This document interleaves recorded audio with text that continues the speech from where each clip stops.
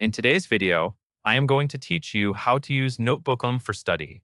This is a simple workflow that helps you turn your class materials into an organized study space where you can ask focused questions, save useful answers, and review key ideas quickly. Start by opening Notebooklm. On the main screen, look for the button that says plus create new and click it. This creates a fresh notebook, which is basically your dedicated project space for a subject, a chapter, or even a single exam unit. Keeping one notebook per topic makes it easier to stay organized and avoid mixing sources from different classes. Next, you will add the materials you want to study. Click Upload, and then choose what you want to bring in. You can upload PDF files, add URLs to online articles or resources, or connect files from Google Drive. Try to choose sources that match the exact scope of what you're studying, like the lecture slides for this week, the assigned reading, or a review guide.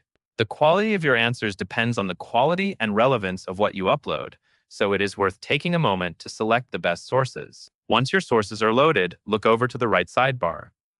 You will see an area called Studio. This is where Notebooklm offers different ways to overview your content, such as an audio overview or a video overview.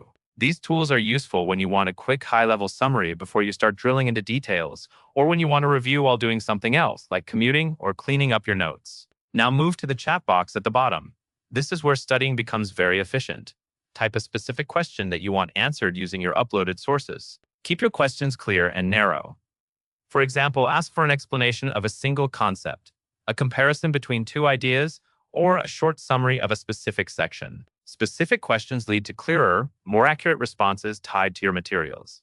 When you get a response that you want to keep, click the Save to Note icon on that answer. This pins the information to your board so you can build a study set of definitions, explanations, and key takeaways. Save the best responses as you go, and you will end up with a clean, review-ready set of notes that covers everything you need to know. And that is all there is to it.